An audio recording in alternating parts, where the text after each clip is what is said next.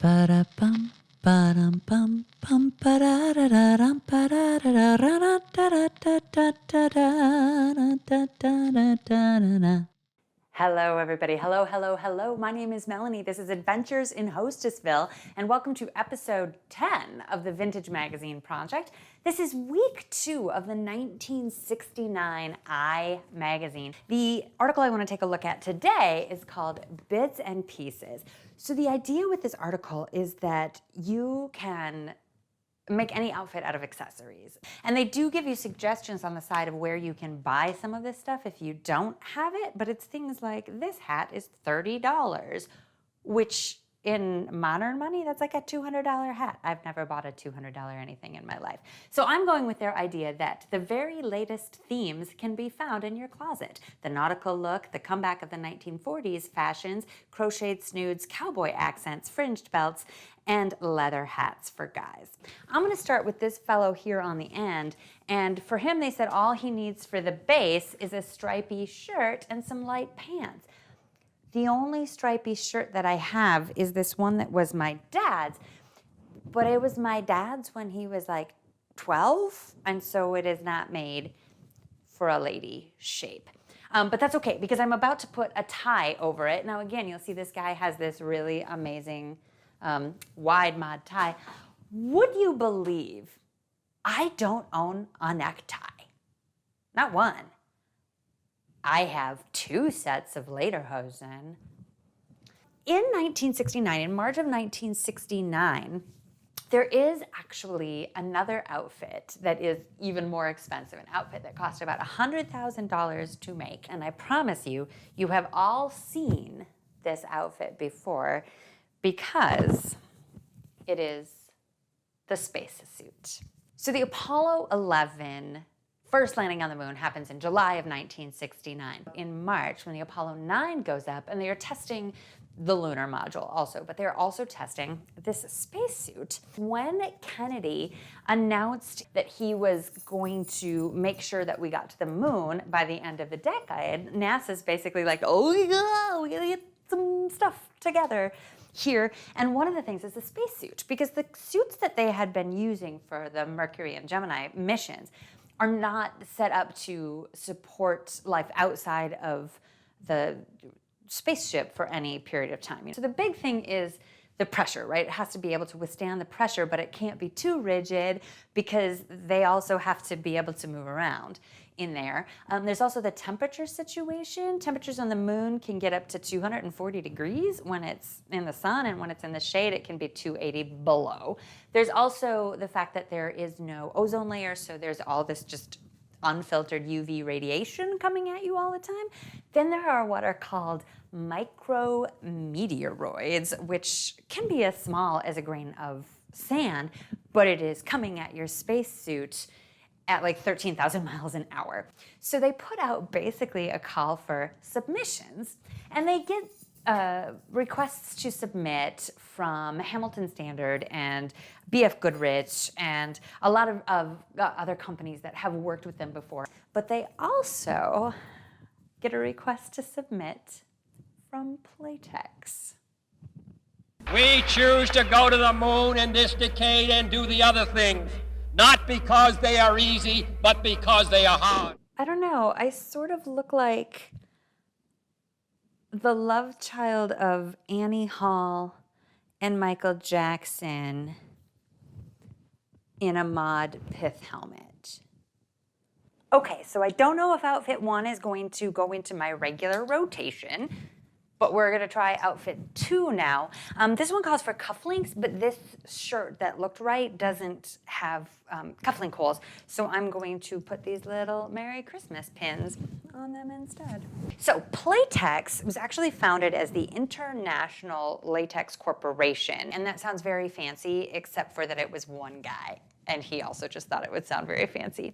And mostly what they made was swimwear, bathing suits and swimming caps. And by World War II, though, there's a rubber shortage, and so he can't make any of the stuff he's been making.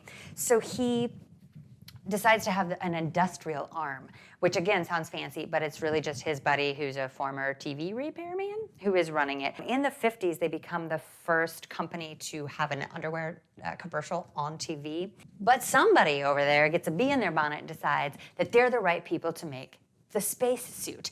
And in a way, they kind of are, because they really get how to make materials support and move, and that like lift and separate phrase that everybody makes fun of, that's Playtex. They came up with that. And the thing that's theirs that really works well is what they call convolutes. And what that is the things that go in all of the joints. And there's sort of a bellows fold. So it's basically like a bendy straw, right? In that it's structured, but it can still move. And so they go in and they show it to NASA against all of these other guys, and theirs is clearly the best. So NASA hires Hamilton Standard. Ignition sequence start. 6, 5, 4, 3, 2, 1, 0. All engine running. Liftoff. We have a liftoff. 32 minutes past the hour. Liftoff on Apollo 11. Yeah, so Playtex builds the best spacesuit, and then NASA hires this other company anyway. And it's kind of understandable because they're trying to take people to the moon. And they've worked with this other company, Hamilton Standard, before, and they feel like they're a known quantity, and Playtex is like, you're the people that make the Cross Your Heart bra. So what they do is they hire Hamilton Standard, but then they require them to subcontract with Playtex. And so they kind of have to work together, and it does not go well. They do not work together well at all.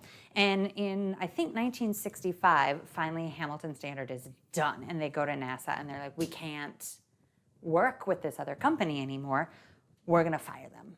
So NASA says, okay, we get it, you can fire them, but you know, we were kind of counting on their technology as part of this.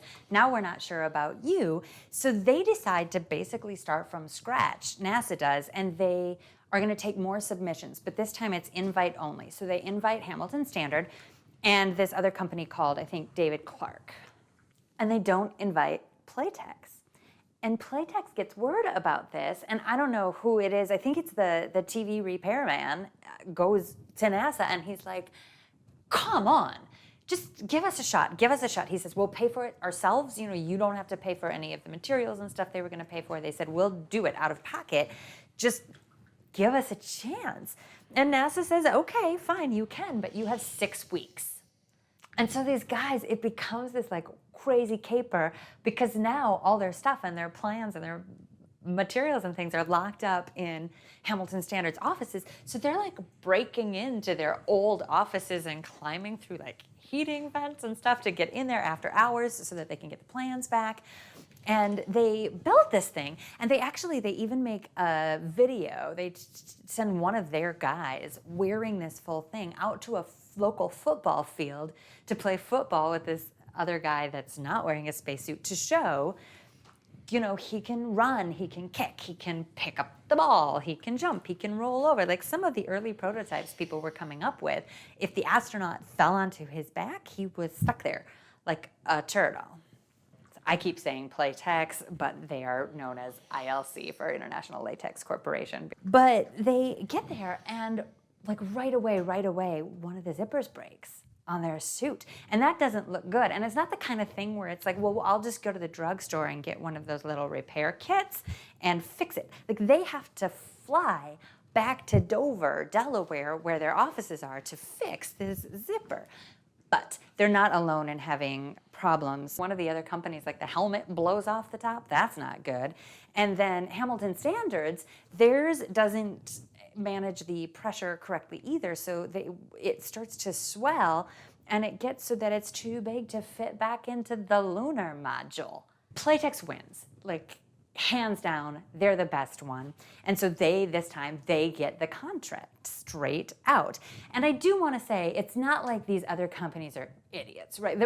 They're trying to do something brand new. Nobody has a right way to do it. And I think there were a couple dozen tests that NASA was putting stuff through Playtex, even though they won the most, they only passed like half of them. And I think Hamilton Standard at least does keep working on it, and they build, I think, the backpack with all the life support stuff in it. So it's not like they're gone, but Playtex has their own contract now. So now they have to build it. They have to build multiples of this for these different astronauts.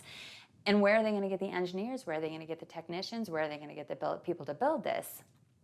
Well, they go to the floor of their girdle factory. They find their very best seamstresses, and they're like, come with me a second. Houston, Tranquility Base here. The Eagle has landed. Roger, Tranquility. We copy you on the ground. You got a bunch of guys about to turn blue. We're breathing again. Thanks a lot. Okay, one more outfit to go. Let's see how we do. This one calls for a snood. I don't really have snood hair, so I'm gonna see what happens with the stocking cap and some barrettes. All right, so suddenly all of these women who have been sewing girdles and bras are building these spacesuits that are going to be worn by the first people to land on the moon. These women are like the best of what they've got there, and they're just, they just learned from their moms and their aunts and their grandmas, but it has to be good. Everything needs to be correct within 1/64th of an inch. And they're just working on these like Singer sewing machines that have been adapted to have a longer arm so that they can stitch the bigger pieces. And they really can only use the machines for one stitch at a time anyway. It's not like they're running through a seam. And these suits are complicated. There are 21 layers of different materials, and there are 4,000 pieces in one of these spacesuits. And the women know who they're stitching them for. The guys are coming in to get fitted because they're made specifically for these guys. And each one of the women has a laminated picture of the astronaut she's building it for by her so that she doesn't forget this person's life is in your hands. And they've got to be so careful. Like pins are a thing that are barely around. They're color coded, so if they find one, they know whose it is. If you got caught sneaking one in, apparently the supervisor would like jab you with it because they had to be so careful because one little pin prick in that latex and it's no longer airtight, it's no longer pressurized. So they would x-ray the spacesuits to make sure that there aren't any pins stuck inside there. And I can only imagine how stressful that was for these women to know, because it's not like they don't know what they're doing. Again, they're brilliant seamstresses, but if you make one tiny little mistake on a bra, nobody's gonna die. And these women talk about later watching the moon landing. Everybody, the whole world is watching this moon landing, and one small step and one giant leap and all of that. But the women said they're just sitting there thinking like, oh, please don't let that seam rip. Please don't let it get cut on the rocks. They're terrified. They are terrified because that is their work. They are watching a thing that they sewed on the moon. But they did work. They did work. I don't know if this outfit I'm making is going to work or not. This might be the end of my hippie phase here.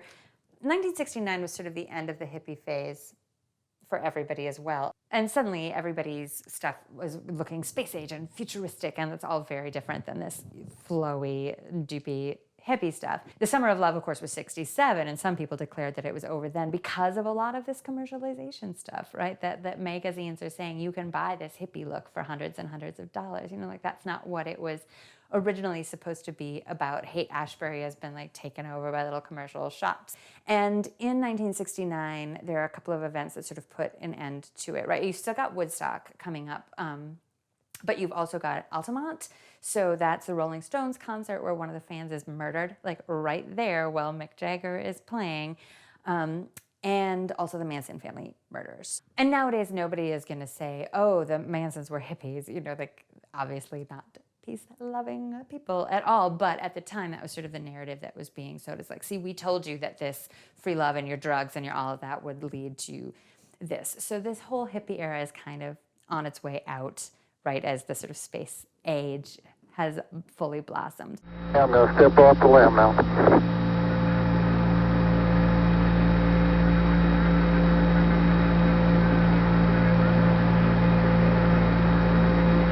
It's one small step for man, one giant leap for mankind. If you would like it to also be 1969 for a couple more weeks, hit like and subscribe. There will be 2 more weeks of 1969 here. I will post pictures of some of the seamstresses and stuff like that on my Facebook and my Instagram, so check that out. And if you'd like to support the show and get additional content, you can subscribe at Patreon. All of those links are down below. Thanks a lot, everybody. Have a great day. Hey!